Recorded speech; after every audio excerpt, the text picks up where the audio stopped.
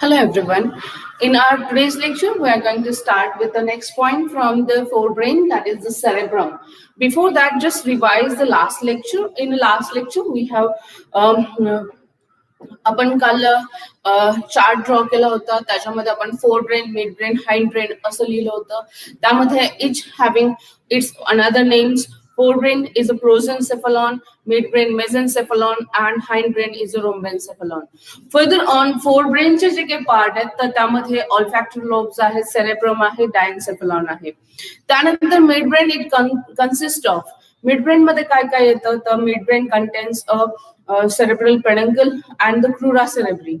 Okay, किंवा corpora quadrigemina, right? आणि त्यानंतर hindbrain जो काय आहे it consists of cerebellum, pons orally and a medulla oblongata, right? And now we are starting with a forebrain, the prosencephalon. It consists of olfactory lobe, named as it is also named as rhincephalon, cerebrum, mesencephalon, and the diencephalon is called as a thalamencephalon, right?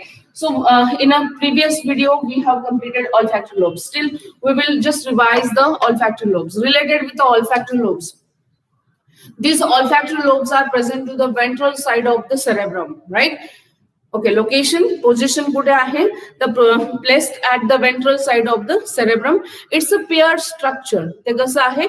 Paired structure आहे, and it consists of olfactory tract and olfactory bulbs. These are the olfactory tracts and these are the olfactory bulbs, right? And it's connect to the आता याचं जे काही connection आहे ते कुठे आहे तर हा जो काही लॅटरल टेम्पोरल लोब आहे ना या टेम्पोरल लोबशी त्याचं कनेक्शन आहे म्हणजे व्हॉट एव्हर दीज ऑल्फॅक्टरी लोब्स जे काय आहेत हे ऑल्फॅक्टरी लोब्स हे आतमध्ये इनोव्हेट झालेत आणि त्याचं कनेक्शन कुठे आहे तर या साइडच्या टेम्पोरल लोब कडे दिलं आहे राइट त्यामुळे one of the function of this temporal lobe is sense of smell कारण ऑल्फॅक्टरी लोब्स जे काय आहेत these olfactory lobes are specifically meant for sense of smell. In case of human, these olfactory lobes are small in size. These are solid bodies and these are poorly developed in human. हे poorly developed आहेत human मध्ये कारण त्याचा size small आहे पण dog मध्ये जर पाहिलं तर these are highly developed because of their size is big in size right आता त्यानंतर आपण पाहतोय cerebrum okay so related with the cerebrum आपण महत्वाच्या पॉइंटला सुरुवात केली आहे and that's a cerebrum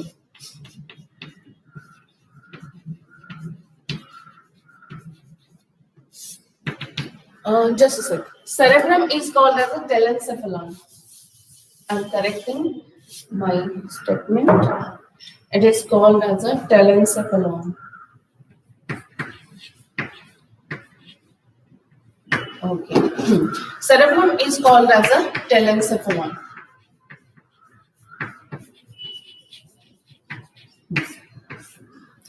So related with the cerebrum, cerebrum is the biggest part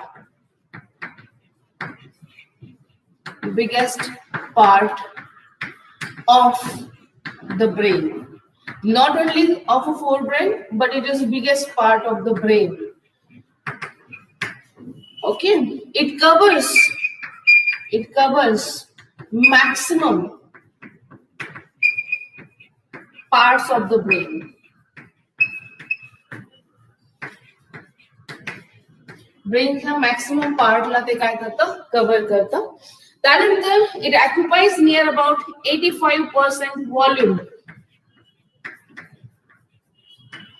of total brain.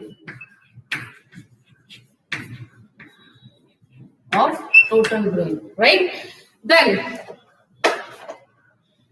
it consists of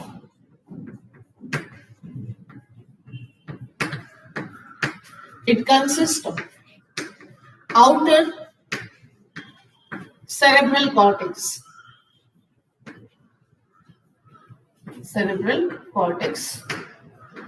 which is made up of a gray matter.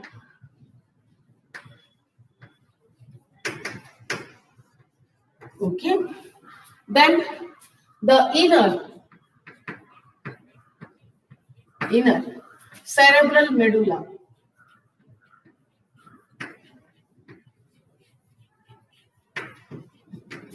Which is made of a white matter.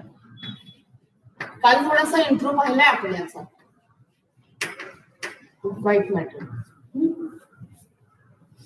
आता जो काही cortex आहे, कॉर्टेक्सच्या outermost साइडला बोललं जातं पॅलियम,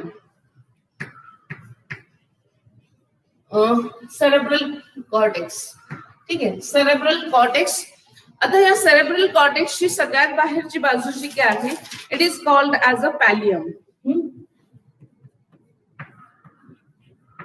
pallium outermost, cerebral कॉर्टेक्सची outermost साइडला बोललं जातं pallium. Okay, thick dorsal wall, म्हणजे एस्पेशली पॅलियम काय आहे, it is a thick dorsal wall of cerebral cortex. Cerebral cortex ची काय आहे, thick dorsal wall आहे. Then आता त्याचबरोबर काय आहे, ventrolateral wall जी काय आहे त्याची, it is called as a corpora. It is a corpora strata. Corpora strata.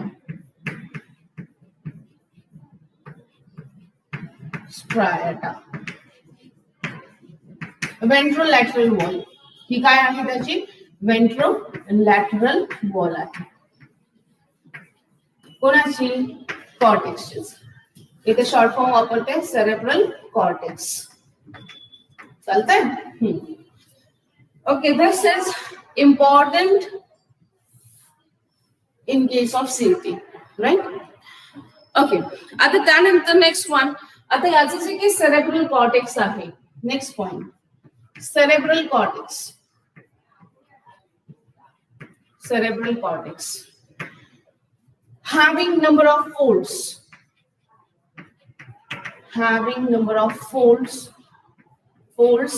किंवा as well as and infoldings,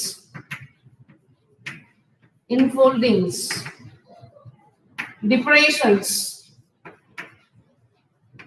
infoldings and depressions. आता त्याला आपण काय म्हणतो, गायरी अँड सल्साय. काय म्हणायचं, gyri. Some are pronouncing at gyri and sulci. Okay, gyri कशाला म्हटलं गेलं, तर जे काही कन्व्होल्युशन्स झालीत, वलय निर्माण झालीत, तर त्या वलयांना म्हटलं जातं गायराय. काय म्हटलं जातं, गायराय. आणि जे काही डिप्रेशन्स आहेत, त्या डिप्रेशन्सला म्हटलं जातं सल्साय. काय म्हटलं जातं, सल्साय. आता हे गायराय आणि सल्साय का तयार झाले पहा इथे. These are the number of foldings and depressions present on a cerebrum. तसं जर पाहिलं तर सेरेब्रम जो काय आहे, तर it is the biggest part of the brain. हा बिगेस्ट पार्ट आहे, आणि हा बिगेस्ट पार्ट याला एवढ्याशा क्रॅनियम मध्ये किंवा ब्रेन बॉक्स मध्ये फिट करायचंय. त्याच्यासाठी त्याला काय केलं गेलं, फोल्डिंग्स तयार झाली त्याच्यावरती. आणि ह्या फोल्डिंग्स मुळे काय होतं, याचा सरफेस एरिया वाढला जातोय. Clear, the surface area increases. यामुळे याचा सरफेस एरिया वाढला जातोय. And the number of gyri and sulci are directly proportionate with the intelligence of a person, अशी एक मान्यता आहे.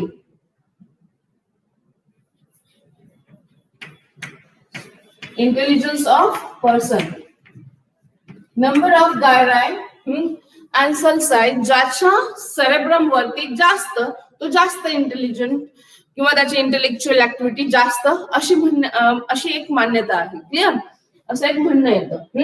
त्याच्यानंतर next one, as you know, the cerebral cortex is made up of gray matter and the cerebral medulla is made up of a white matter, right? आता त्यानंतर next one, की आता यामध्ये नियर अबाउट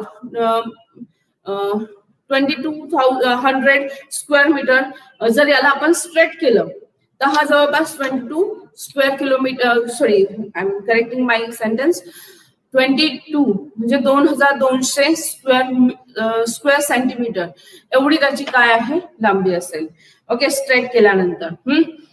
त्यानंतर नेक्स्ट वन, की आता याच्यामध्ये जे काही कॅव्हिटीज आहेत, these cavities are called as ventricles.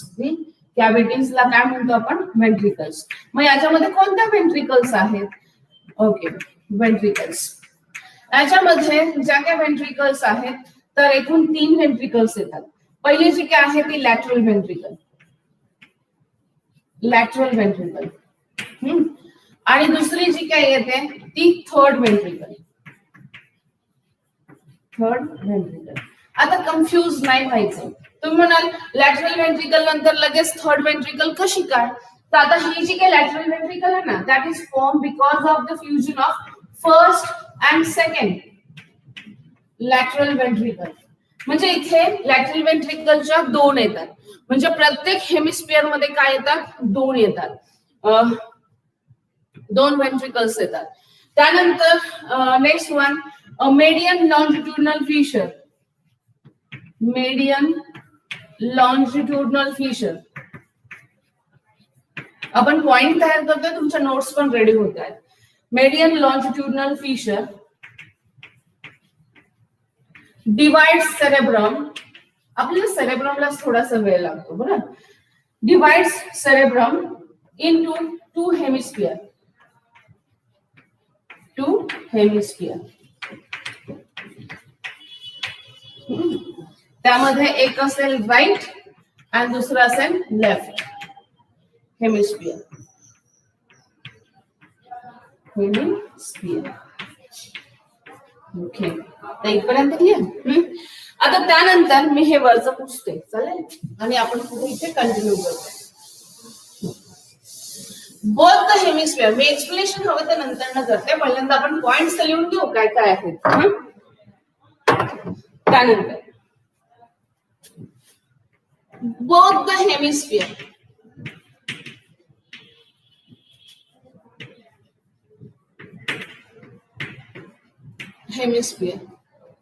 are connected with each other. Connected with each other by transverse band of nerve fiber.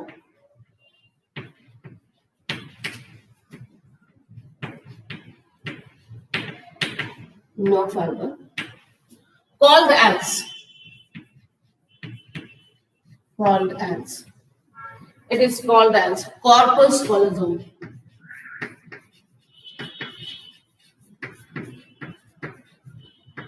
Called as corpus callosum.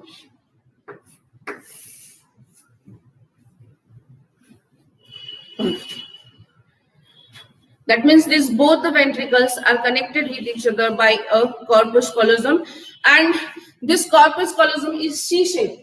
ह्याचा शेप कसा आहे? C-shaped. C-shaped आहे.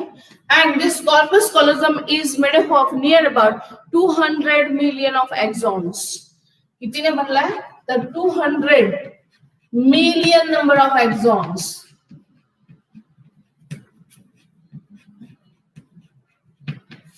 महत्वाचं आहे. 200 more than 200 million number of axons से तो बनलेला आहे. Okay.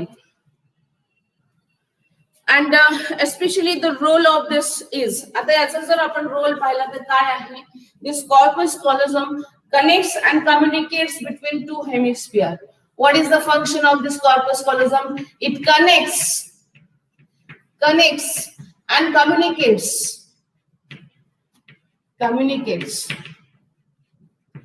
2 hemispheres. Connects, communicates, and coordinates. Connects, communicates, and coordinates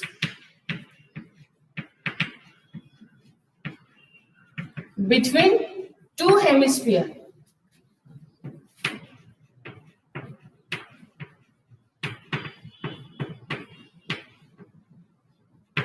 okay, तर आपण पहिल्यांदा हे जे काही पॉइंट्स आपण ब्लॅकबोर्ड वरती लिहिले तर ते पॉइंट्स आपण पहिल्यांदा कव्हर करू. सो रिलेटेड विथ जेव्हा तुम्हाला सेरेब्रम वरती नोट विचारली जाईल तेव्हा तुम्हाला हे पॉइंट्स लिहिणं गरजेचं असणार आहे. So just take a screenshot किंवा नोट आउट करा तुम्ही. ह्या स्क्रीनशॉट घ्या आणि नंतर नोट्स बनवा. राईट? ओके, झालं असेल. बहुतांश. ओके. सो रिलेटेड विथ आपण पाहत होतो रिलेटेड विथ सेरेब्रम. सेरेब्रमला दुसरं नाव आहे टेलेन्सेफलॉन आणि हा बिगेस्ट पार्ट आहे पूर्ण ब्रेनचा. ब्रेन पैकी त्याने कव्हर केलाय 85% volume of the total brain आणि हा मेजरली काय करतो सगळ्याच्या सगळे मेजॉरिटी ऑफ पार्टला काय करतो कव्हर करतो. आणि त्यामुळे असं कव्हर केल्यामुळे आपल्याला फक्त जेव्हा ब्रेन आपण पाहतो ना बाहेरून जेव्हा आपण ब्रेन पाहतो तेव्हा आपल्याला मॅक्सिमम जो काही पार्ट आहे तो आपल्याला दिसतो सेरेब्रम. आता एक्झॅक्टली आणि त्यानंतर सेरेबेलम त्यानंतर इकडे आपल्याला पॉन्स दिसेल आणि खाली मेडुला ऑब्लांगेटा. बस एवढेच पार्ट आपल्याला एक्सटर्नली काय होतात विजिबल होतात. इथे ऑल्फॅक्टरी लोब्स आहेत राईट. एवढेच पार्ट आपल्याला विजिबल होतात. मिड ब्रेनचा कोणताही पार्ट आपल्याला दिसत नाही. इवन दो फोर ब्रेनचा डायन्सेफलॉन देखील याने कव्हर केलेला आहे. ओके. मिड ब्रेन तर पूर्ण म्हटलं तरी पूर्ण कव्हर केलाय सेरेब्रमने राईट. मग आता याच्यामध्ये जर आपण पाहिलं तर एक्झॅक्टली सेरेब्रम चालू कुठून होतोय तर it is from our eyebrow ridges. Eyebrow ridges पासून तो आपल्या ऑल्फॅक्टरी लोब्स पर्यंत म्हणजे आपल्या खास करून इथे सेरेबेलमच्या तिथपर्यंत म्हटलं तरी हरकत नाही तर तिथपर्यंत ऑसिपिटल लोब्स जो काही लास्ट रिजन आहे तिथपर्यंत तो रन होताना दिसून येतोय. म्हणजे इथून ते इथपर्यंत तो रन होताना दिसेल. तर एवढा मॅक्सिमम एरिया तो कव्हर करतोय म्हटल्यावरती मॅक्सिमम फंक्शन देखील तोच परफॉर्म करणार आहे ब्रेनचं राईट. त्याच्यानंतर नेक्स्ट वन काय आहे it consist of outermost side is called as cerebral cortex which is made of a grey matter. की ती ग्रे मॅटरने बनली आहे. काल आपण पाहिलं ग्रे मॅटर कशाने बनलं जातं तर खास करून निसल्स ग्रॅन्युल्समुळे त्याला कलर येतो. निसल्स ग्रॅन्युल्स कुठे आहेत तर सायटॉन मध्ये. म्हणजे इथे जर पाहिलं तर ऑन कॉर्टेक्स रिजन मध्ये नॉन मेड्युलेटेड नर्व फायबर्स आहेत. कोणते नीट लक्षात घ्या. आपण यापूर्वी पाहिलं की मॅक्सिमम ह्युमनच्या नर्वस सिस्टीम मध्ये सीएनएस मध्ये मेड्युलेटेड नर्व फायबर आहेत आणि मेड्युलेटेड नर्व फायबर जे काय आहे त्यांचं मेन फंक्शन असतं कंडक्शन. पण आता कॉर्टेक्स रिजन जो काय आहे तो ग्रे मॅटरने बनलाय आणि ग्रे मॅटरने बनलेला असण्याचं कारण अक्युम्युलेशन ऑफ सायटॉन आहे. आणि सायटॉन मध्ये काय असतं तर ग्रे मॅटर निसल्स ग्रॅन्युल्स असतात त्याच्यामुळे त्याला कलर ग्रे आला राईट. मग आता इथे जे काही एक्झॉन्स असतील या कॉर्टेक्स मध्ये जे काही एक्झॉन्स असतील ते नॉन मेड्युलेटेड एक्झॉन्स असणार आहेत. ओके. म्हणजे नॉन मायलिनेटेड असतील. मायलिनेटेड असलं असतं तर काय झालं असतं व्हाईट मॅटर दिसून आलं असतं. ओके. मग आता हे जे काही रिजन आहे तर हा जो काही पार्ट आहे की खास करून काय की कॉर्टेक्स रिजन बनलेला आहे. Cortex is made of a grey matter आणि त्याचबरोबर ह्याचं जे काही बाहेरची बाजू आहे कॉर्टेक्स जे काय आहे थिक वॉल ऑफ सेरेब्रमला आपण म्हणतो पॅलियम आणि त्याची लॅटरल जी वॉल आहे वेंट्रोलॅटरल डायरेक्शन वॉल असेल ती जी काय असेल ती काय म्हणायचं त्याला कॉर्पोरा स्ट्राटा. क्लिअर झालं. आता त्याच्यानंतर next one cerebral cortex having number of folds as well as depressions and infoldings. Okay. खूप सारे फोल्ड्स आहेत म्हणजे इनफोल्डिंग झालेत. ओके. म्हणजे वलय निर्माण झालीत आणि ही वलय जी काय आहे त्याला म्हटलं जातं गायरी. नीट लक्षात घ्या. जे काही वलय आहेत म्हणजे इनफोल्डिंग्स तयार झालीत त्या इनफोल्डिंग्सला म्हणायचं गायराय. गायराय म्हणा किंवा gyri. Okay. Gyri these are called as a gyri. विचारलं जाऊ शकतं कशाला गायराय म्हणायचं आणि कशाला सल्साय म्हणायचं. तर गायराय म्हणजे जे काही फोल्डिंग्स आहेत इनफोल्डिंग झालेत वलय निर्माण झालेत त्याला म्हणायचं गायराय. आणि जे डिप्रेशन्स आहेत त्याला म्हटलं जातं सल्साय. अजून एक वर्ड वापरला जातो इथे फिशर. अजून कोणता वर्ड वापरला जातो फिशर. ओके. तो एक आपल्याला पाहायचा नंतर ना. फिशर म्हणजे काय तर फिशर म्हणजे काय डीप डिप्रेशन. खूप आतमध्ये गेलेलं डिप्रेशन असेल डीप डिप्रेशन. कन्फ्युजन नाही करायचं. पहा वलय निर्माण झालीत वलय निर्माण होत असताना काही खोलगट जागा जी काही निर्माण झाली त्याला आपण म्हटलं सल्साय म्हणजे डिप्रेशन. पण असं जे काही सल्कस असेल ते सल्कस समजा खूप खोलवर गेलं आतमध्ये गेलं तर त्याला काय म्हणायचं फिशर. मग सेरेब्रमवरती फिशर्स आहेत ते आता आपल्याला पाहिजे त्याच्यानंतर. आता यानंतर काय की cerebral cortex grey matter cerebral medulla कशाने बनला तर व्हाईट मॅटरने बनला.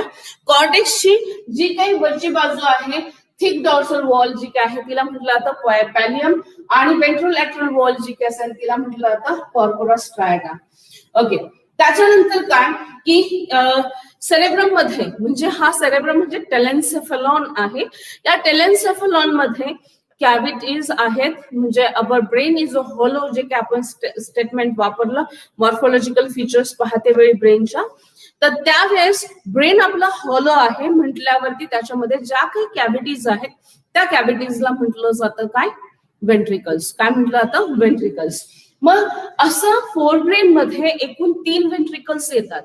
मग फोरब्रेन मधील 3 वेंट्रिकल्स, पण आपल्याला फोरब्रेनचं नाही, आपल्याला खास करून सेरेब्रमची पाहिजे.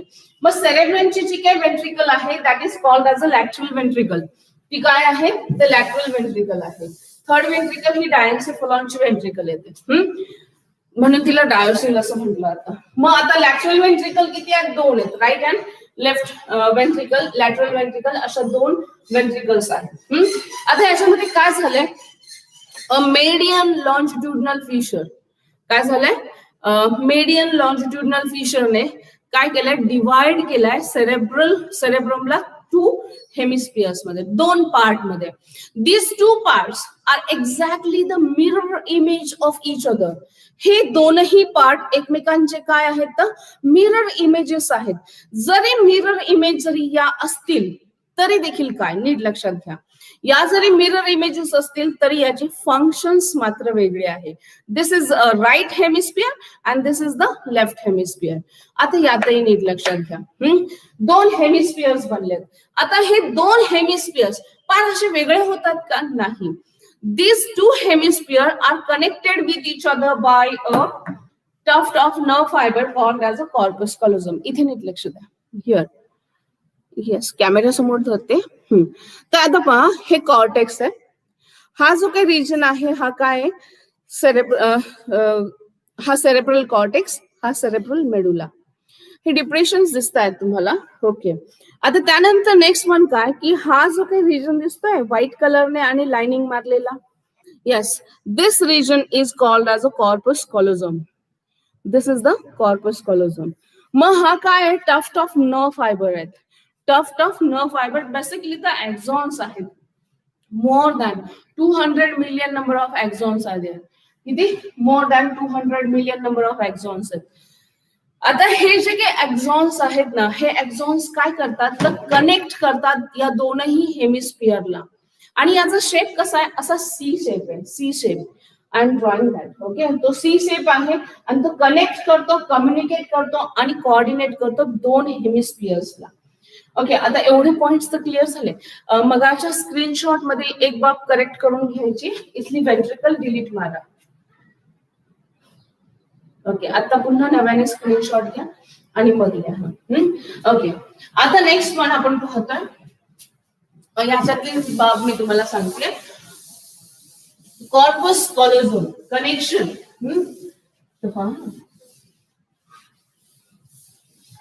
आणि ते दाखवत असताना मी तुम्हाला वेंट्रिकल्स पण दाखवते ब्रेनच्या, ठीक आहे.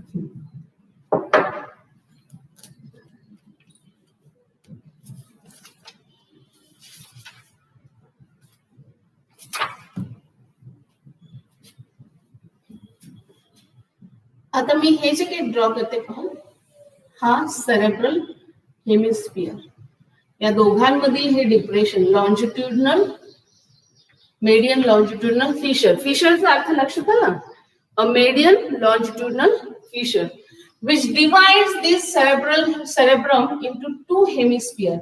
This is our right hemisphere, okay, and this is our left hemisphere, right. Cerebral hemisphere 2 आले. आता हे दोनही जे काही हेमिस्फियर्स आहेत ना, हे हेमिस्फियर्स एकमेकांना कनेक्ट केले. These 2 hemispheres are connected with each other by a transverse band of nerve fiber. की जो सी शेप आहे, मी काढण्याचा प्रयत्न करते का, सी, असा सी आहे या पद्धतीने. Transverse band of nerve fibre called as a corpus कॉलोझम.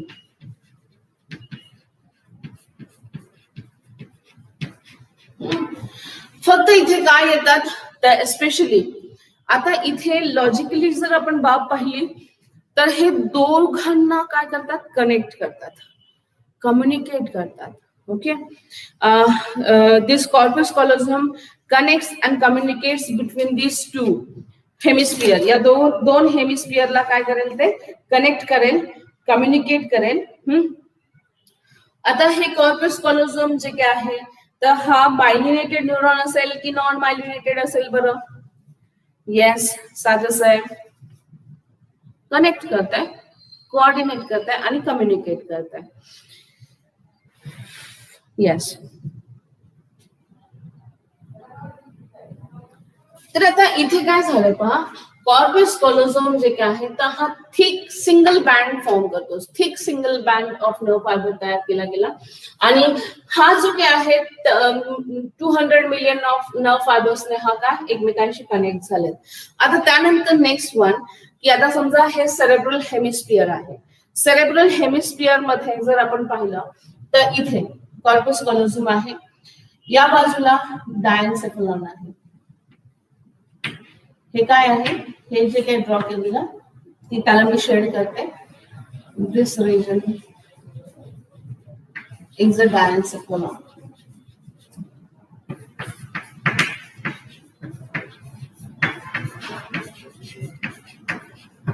हा रिजन काय, डायन्सेफलॉन वाला आहे. आता यामध्ये आपल्याला पाहायचंय की एक्झॅक्टली मी तुम्हाला वेंट्रिकल्स एक्सप्लेन करते याच्यातच, चालतंय ना? वेंट्रिकल्स एक्सप्लेन करते. आता you know that the cerebrum having lateral ventricle. काय तर लॅटरल वेंट्रिकल. आता सेरेब्रमचे दोन हेमिस्फियर्स आहेत, राईट? दोन हेमिस्फियर्स आहेत. मग या दोन हेमिस्फियर मध्ये काय येतं, दोन लॅटरल वेंट्रिकल्स आहेत, फर्स्ट अँड सेकंड. आता कोणाला फर्स्ट आणि कोणाला सेकंड म्हणायचं हे मात्र आपण सांगू शकत नाही, पण ह्या दोघांना पण एक टर्म वापरली, काय, लॅटरल वेंट्रिकल. आता तुम्ही म्हणाल की हे कनेक्शन वेगळं दाखवते कलरने, कारण हे कनेक्ट झाल्यात वेगवेगळ्या याच्याने. ओके, तर आता हे जे काही कनेक्शन आहे तर फोरामेन मॅनरो आहे. फोरामेन मॅनरो ओपन होत आहे इनटू दिस रिजन, आणि ही जी काय आहे ही डायन्सेफलॉनची काय आहे तर वेंट्रिकल आहे. म्हणजे काय आली ती थर्ड वेंट्रिकल. कोणती आली तर ही थर्ड वेंट्रिकल. ओके, मग आता रिलेटेड विथ दिस पार्ट आपण पाहतोय. तर आता हे जे काही ग्रीन कलरने मी तुम्हाला दाखवलंय, ओपनिंग आहे हे ग्रीन कलरचं, मी शेडेड करते वाटलं असतं. त्याला म्हटलं जातं फोरामेन ऑफ मॉन्ट्रो. काय म्हटलं जातं, फोरामेन ऑफ मॉन्ट्रो. आणि त्याच्याने या दोनही वेंट्रिकल ज्या काय आहेत त्या या वेंट्रिकल मध्ये, म्हणजे ही थर्ड वेंट्रिकल आहे, ही काय आहे लॅटरल वेंट्रिकल.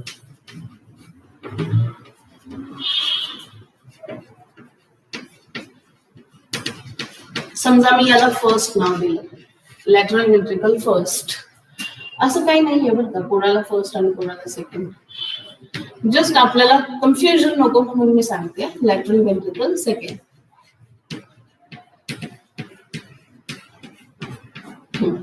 असे दोन काय झाले वेंट्रिकल झाले. आणि ही जी काही वेंट्रिकल आहे ना, दिस वन डायन्सेफलॉनची वेंट्रिकल, हिला नाव देतो आपण थर्ड वेंट्रिकल.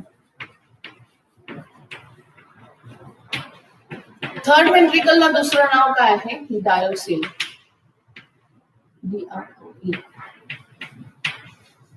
डायोसिल. थर्ड वेंट्रिकलचं दुसरं नाव काय आहे तर डायोसिल आहे. ओके, आणि हिचं लॅटरल वेंट्रिकलचं दुसरं नाव आहे पॅरासिल. पॅरासिल आणि दिस वन इज डायोसिल. क्लिअर झालं इथपर्यंत. आता थर्ड वेंट्रिकल जी काय आहे ती पुढे ओपन होत असते फोर्थ वेंट्रिकल मध्ये. हा रिजन आणि हा रिजन. आता मी हे पुसते बरं.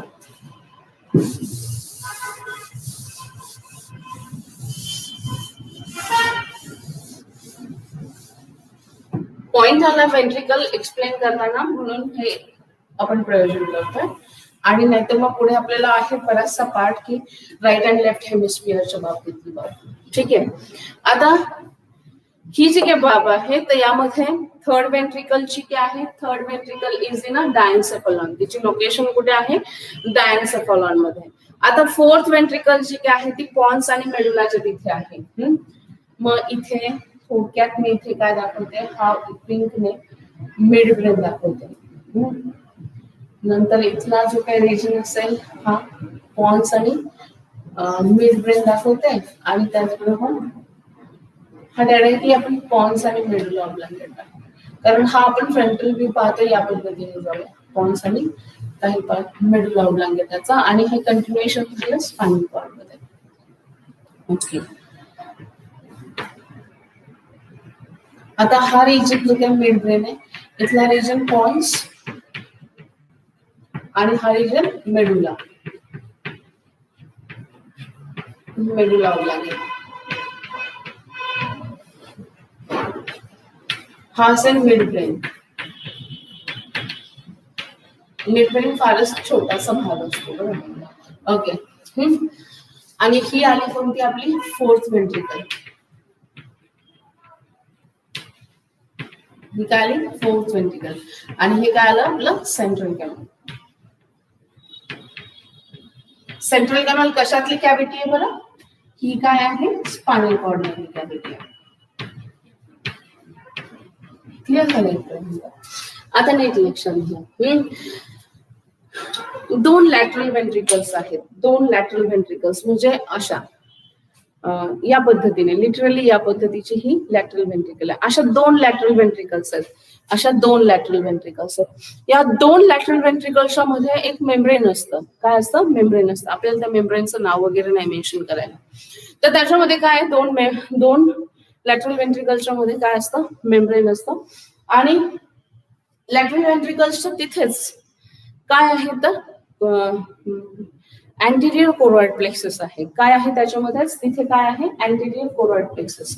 अँटीरियर कोरॉइड प्लेक्सस आठवते ना सगळ्यांना, काय झालंय की पाय मॅटर जे काही भाग आहे पिंकने दाखवते, हा जो काही याच्या भोवती जे काही पाय मॅटर आहे, हे पाय मॅटर, हे काय पाय मॅटर आहे, राईट.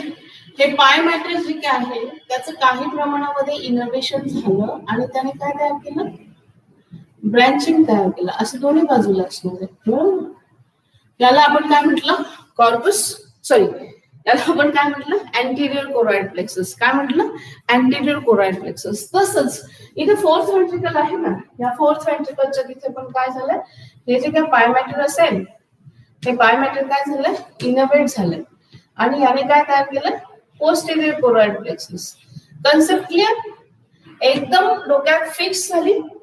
कोरॉइड प्लेक्सस की जे आपण पाहिलं होतं की कोरॉइड प्लेक्ससचं फंक्शन काय, सीएसएफ सिंथेसिस. पाय मॅटरचं फंक्शन काय, सीएसएफ सिंथेसिस. एपेंडायमल सेल्सचं फंक्शन काय, सीएसएफ सिंथेसिस. आता कोरिलेशन पाहून घ्या सगळ्यांनी. ओके, आता ही जी काही वेंट्रिकल्स आहेत, म्हणजे ही वेंट्रिकल असेल, हिची इनर लाइनिंग. ओके, मी जस्ट काय म्हणून दाखवण्याच्या दृष्टिकोनातून फक्त की ही काय आहे, इनर लाइनिंग. कोणत्या सेल्सने बनली आहे सांगा, एपेंडायमल सेल्सने. ही पण थर्ड वेंट्रिकल, हिचं कशाने बनलं, येस एपेंडायमल सेल्स. आता इथं फोर्थ वेंट्रिकल, तिचं कशाने बनली आहे, एपेंडायमल सेल्स. ओके, आता नेक्स्ट वन, सेंट्रल कॅनलची इनर लाइनिंग कशाने बनली आहे, येस एपेंडायमल सेल्स. ओके, म्हणजे इपेंडायमल लक्षात आलं सगळ्यांना, इपेंडायमल सेल्सचं फंक्शन आहे सीएसएफ सिंथेसिस करणं, बरोबर. मग आता कोरॉइड प्लेक्ससचं फंक्शन आहे anterior as well age posterior choroid प्लेक्ससचं function आहे. काय आहे फंक्शन, काय फंक्शन आहे सांगा, अँटीरियर कोरॉइड प्लेक्सस आणि पोस्टिरियर कोरॉइड प्लेक्ससचं फंक्शन आहे सीएसएफ सिंथेसिस करणं. पाय मॅटरचं फंक्शन आहे सीएसएफ सिंथेसाइज करणं. ओके, त्याच्यानंतर एपेंडायमल सेल्सचं फंक्शन आहे सीएसएफ सिंथेसाइज करणं. मग डेली नियर अबाउट, माझ्याकडनं हा पॉइंट राहिला होता, व्हिडिओ तुम्ही रिकॉल केला असेल तर लक्षात येईल. डेली आपल्याकडनं 500 ml, ओके 500 ml एवढं सीएसएफ सिंथेसाइज केलं जातं, आणि जवळपास 120 to 150 ml of CSF is required to bath a CNS. लक्षात घ्या, सीएसएफ सिंथेसिस जे काय आहे, सीएसएफ जे काय आहे, डेली आपण किती फॉर्म करतो, 500 ml. किती 500 ml CSF daily per day ला आपण सिंथसाइज करतो. त्यातील साधारणतः 120 to 150 ml एवढं आपल्याला रिक्वायर्ड आहे कशाला तर CNS ला बाथ करण्यासाठी. टू बाथ CNS ला बाथ करण्यासाठी. ओके, म्हणजे CNS च्या भोवती किती ml CSF रिक्वायर्ड आहे 120 to 150 ml CSF required to bath the CNS. आता एवढी जी काही क्वांटिटी आहे 150 ml पर्यंतची ती 8 आवर्स मध्ये काय होते रिप्लेस होते. 8 आवर्स 8 तासानंतर ती काय होते रिप्लेस होते. नवीन CSF जी काय आहे ती त्याची जागा घेतं. नवीन CSF त्याची जागा घेतं. ओके, आता हे वॉटरी फ्लुइड आहे, स्लाइटली अल्कलाइन फ्लुइड आहे. एव्हरीवन नोज, प्रत्येकाला हे माहिती आहे कारण आपण पाहिलेलं आहे याचं नेचर. तर हे स्लाइटली अल्कलाइन नेचर असलेलं आहे, वॉटरी फ्लुइड आहे. मग हे तयार कसं केलं जातं तर जे काही ब्लड वेसल्स त्याच्याकडे जातात तर त्याच्यातून जसं आपण वॉटरी फ्लुइड लिम्फ जसं ज्या पद्धतीने तयार केलं जातं त्याच पद्धतीने, आपल्याला काही प्रोसिजर नाहीये याची पण तरी देखील लक्षात घ्या. तर त्या पद्धतीने ह्या इपेंडायमल सेल्स ज्या काय आहेत त्या इपेंडायमल सेल्स CSF सिंथसाइज करतात. क्लिअर झालं? फंडा क्लिअर? एकदम डोक्यात हा कॉन्सेप्ट क्लिअर करून घ्यायचा म्हणजे मग आपल्याला आठवायला काही त्रास होत नाही. नावं फक्त आपल्याला लक्षात ठेवायला लागतील. इव्हन तर तुम्ही म्हणाल की मॅम याची नावं फार अवघड आहेत. मुळात म्हणजे ही नावं म्हणजे जी काही न्यूरोफिजिओलॉजी आहे तर त्याच्यातील नावं फक्त अवघड आहे. बाकीचं कॉन्सेप्ट जर पाहिलं तर कोण कुठे कशी लोकेशन एवढं जर लक्षात आलं तर फंक्शन आपण आपोआप सांगू शकतो नंतर.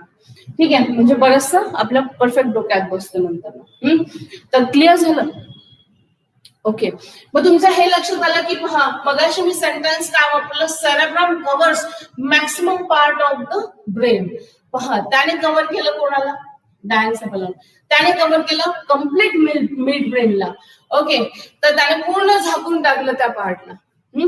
तर यानुसार हे झालं related with this part. Clear झालं? मग फर्स्ट म्हणजे जे काही फर्स्ट अँड सेकंड वेंट्रिकल आहे त्याला लॅटरल वेंट्रिकल असं म्हटलं जातं.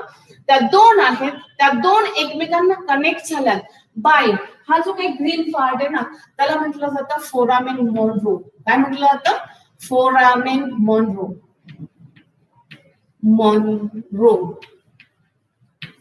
तुम्हाला एक सेंटेन्स क्लिअर असेल, फोरामेन मॅग्नम ऐकून आहात. काय आहे फोरामेन? फोरामेन म्हणजे छिद्र. जे स्कलला छिद्र आहे त्याला फोरामेन मॅग्नम म्हटलं जातं. आणि जे काही कनेक्शन आहे, don't confuse between this to.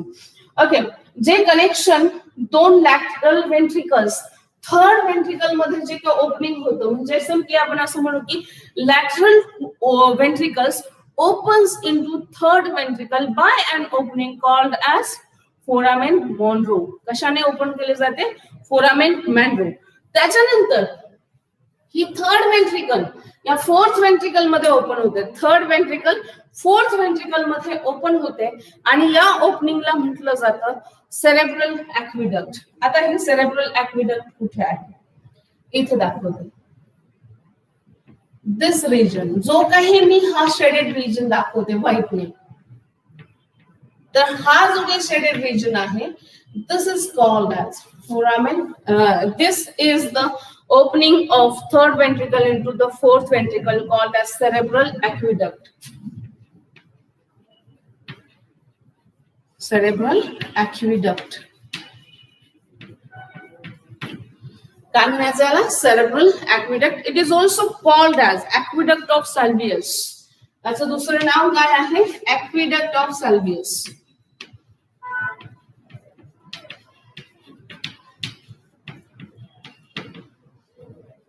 Okay, aqueduct of Salvius is the another name of the cerebral aqueduct. Clear? प्रत्येकाला ज्याची त्याची ओपनिंग आहे. पहा, lateral ventricles opens into third ventricle by an opening called as foramen Monro. Third ventricle opens into the fourth ventricle by an opening called as aqueduct of Salvius or cerebral aqueduct. कशाने open झाली? Cerebral aqueduct ने. Clear झालं? तर ही diagram फार महत्वाची असणार आहे बरं तुमच्यासाठी.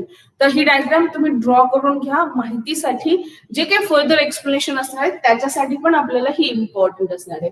त्यानंतर हे फोर्थ वेंट्रिकल जे काय आहे ते ओपन झाले कशामध्ये, तर सेंट्रल कॅनॉल. आणि सेंट्रल कॅनॉल कसला भाग आहे, तर स्पायनल कॉर्डच्या आतली जी काही, म्हणजे आपला जो काही स्पायनल कॉर्ड आहे त्याच्या आतली जी काही कॅव्हिटी आहे तिला काय म्हटलं जातं, सेंट्रल कॅनॉल. काय म्हटलं जातं, सेंट्रल कॅनॉल. आणि सेंट्रल कॅनॉल पण कशाने भरलेला आहे, यस, सीएसएफ ने भरलेला आहे. राईट. म्हणजे जर आपण पाहिलं तर सीएसएफ हे आतून पण आहे आणि बाहेरून पण आहे. ज्या काही ब्रेन आणि स्पायनल कॉर्डच्या रिकाम्या जागा आहेत त्या सगळ्या सीएसएफ ने भरल्यात.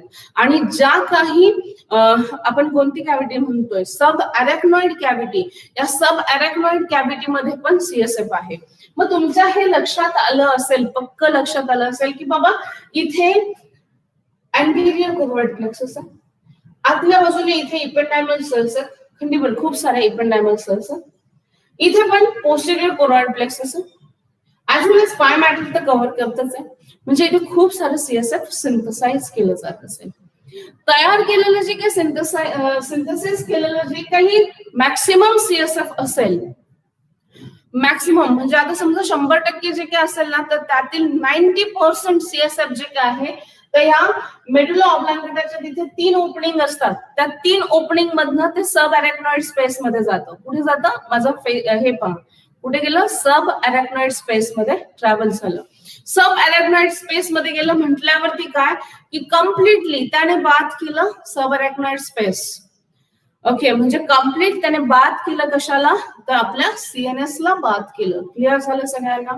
आपण थोडं स्लो जातोय, स्टडीली जाऊयात, पण हरकत नाही कारण हे पॉइंट्स क्लिअर होणं गरजेचं आहे.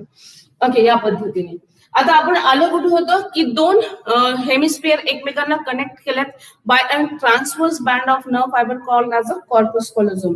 काय म्हणतो आपण त्याला, कॉर्पस कॉलोझोमने ते एकमेकांना काय केले, बाइंड केलेत. आता नीट लक्षात घ्या, प्रत्येक 2 हेमिस्फिअर जे काय आहेत ना, these 2 hemisphere right as well as left hemisphere. आता जरी मी मगाशी म्हटलं these are the mirror images of each other, या मिरर इमेजेस आहेत एकमेकांच्या, तरी देखील यातील left hemisphere, okay mind my word किंवा कॉन्सन्ट्रेट करा वर्ड्स वरती, काय म्हणते, left hemisphere is dominant over right hemisphere. आपला लेफ्ट हेमिस्फिअर जो काय आहे तो राईट हेमिस्फिअर वरती डॉमिनंट असतो. त्यातही का, तर त्याची पाहू आपण कारण. तर आता यामध्ये काय झालंय की 3 डीप डिप्रेशन्स गेली आहेत. त्या 3 डिप्रेशन्समुळे या प्रत्येक हेमिस्फिअरचे 4 पार्ट झाले. काय म्हणते, 3 डीप डिप्रेशन्स गेली आहेत. त्याच्याने काय झालं की या सेरेब्रल हेमिस्फिअरचे, म्हणजे या 2 सेरेब्रल हेमिस्फिअरचे काय झालेत, तर 4 पार्ट झालेत. किती पार्ट झालेत, 4 पार्ट. कोणते, लोब्स, त्याला काय म्हणायचं, 4 लोब्स. ओके, मग ते लोब्स कोणते पहा, इथून इथपर्यंतचा फ्रंटल लोब, माथ्यावरचा परायटल लोब, मागचा ऑसिपिटल लोब आणि कडेचे टेम्पोरल लोब. पहा आता मी यानुसार आपलं काय झालं की मधून 2 भाग झालेत. मग फ्रंटल लोब इकडचा, इकडचा, इथला परायटल, इथला टेम्पोरल आणि इकडचा occipital, sorry frontal parietal occipital, frontal parietal occipital आणि कडेचे टेम्पोरल. पहा आता काय झालं की डीप डिप्रेशन्स गेली आहेत. एक आहे सेंट्रल सल्कस, काय इथे सेंट्रल सल्कस दिसत नाही याच्यावरती, सेंट्रल सल्कस एक डीप डिप्रेशन गेलं. त्याच्यामुळे हा जो काही भाग आहे, हा जो काही एवढा भाग जो काय आहे याला आपण काय म्हणू, सेंट्रल सल्कस मुळे झालेला याला म्हणू फ्रंटल लोब. हा माथा जो काय आहे त्याला म्हणायचं परायटल लोब. आणि हा खालचा जो काही रिजन आहे, हा मागचा एवढा रिजन, याला म्हणायचं ऑसिपिटल लोब. काय म्हणायचं, ऑसिपिटल. आता इथे एक डिप्रेशन दिसते ना मला, हे डीप डिप्रेशन. तर हे जे काय आहे ते लॅटरल सल्कस आहे. काय म्हणायचं याला, लॅटरल सल्कस. आणि या लॅटरल सल्कस मुळे हा जो काही लोब बनलाय, तर हे दोन्ही बाजूने बनलेत पहा, याला काय म्हणलं, टेम्पोरल लोब. म्हणजे हे दोन्ही बाजूने, हा फ्रंटल राईटचा फ्रंटल, हा लेफ्टचा फ्रंटल, हा राईटचा परायटल, हा लेफ्टचा परायटल, हा राईटचा, यस राईटचा ऑसिपिटल, हा लेफ्टचा ऑसिपिटल आणि हा yes temporal lobe. lobes, 4 lobes. The cerebral hemisphere, each cerebral hemisphere. आता ventricles सगळ्यांना क्लिअर झाल्या. ओके, ventricles ची बाब पण तुम्ही परफेक्ट ध्यानात ठेवून घ्यायची आहे. मग सांगा फर्स्ट lateral ventricles ची लोकेशन कुठे आहे? Yes, it is located in a cerebrum. त्याच्यानंतर then the next one is a third ventricle ची लोकेशन कुठे आहे? Into the diencephalon. त्याच्यानंतर फोर्थ वेंट्रिकल कुठे येते? into the near to the pons and medulla oblongata. pons आणि medulla oblongataच्या तिथे येते, राईट? यानुसार हे झालं रिलेटेड विथ दिस पार्ट. आता त्यानंतरचा नेक्स्ट पार्ट जो काय आहे तो रिलेटेड पार्ट. तर त्यामध्ये जर आपण पाहिला तो कोणता पार्ट, तर यामध्ये आपण 3 सल्कस पाहूया. 3 सल्कस. हे 3 सल्कसची नावं आपण समजून घेऊयात आणि त्याच्याने तयार झालेले 4 lobes. 3 sulcus are central sulcus, central sulcus, दुसरं असेल parieto occipital sulcus, parieto occipital circus,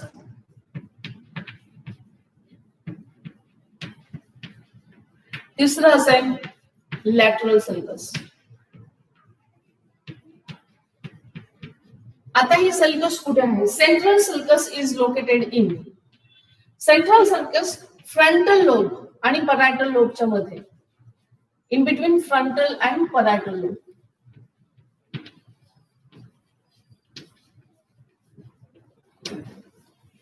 इथे in between frontal and parietal lobe.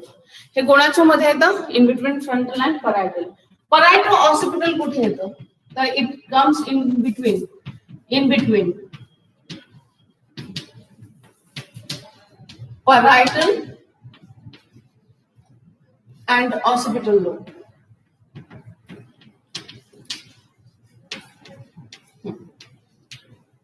Parietal and now it says parieto occipital, parietal and occipital lobe मध्ये. आता lateral sulcus कुठे येतं? lateral sulcus in between कोणाच्या मध्ये येतं आहे? in between parietal and temporal.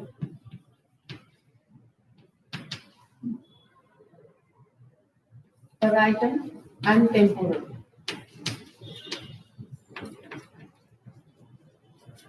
Temporal lobe. आता हे जे काही सल्कस आहे, तुम्हाला सल्कस खास करून सीईटी साठी विचारलं जातं किंवा सिंगल सेंटेन्स साठी. Name which divides the frontal and parietal lobe. नाव काय येतं? Central sulcus.